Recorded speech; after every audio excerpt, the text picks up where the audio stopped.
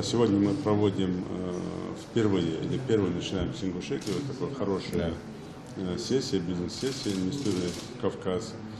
И я уверен, что тоже под эгидой, под началом Министерства по делам Северного Кавказа, я уверен, что он даст хороший результат.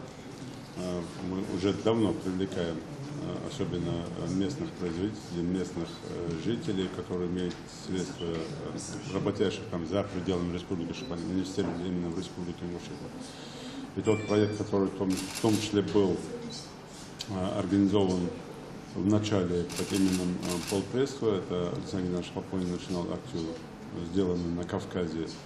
Потом в последующем уже министерство это все проект подтвердило, сделан на Кавказе. Сегодня этот проект работает, как проект сделан в Ингушетии, в частности в Ингушетии.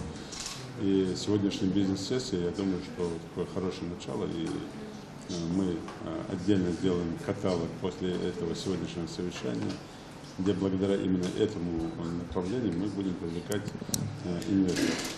Ну а тебе, как и брату, и другу, спасибо за то, что ты вызвал Ингушетию как началом этого проекта. И мы со своей стороны, конечно, будем всячески содействовать и помощь оказывать.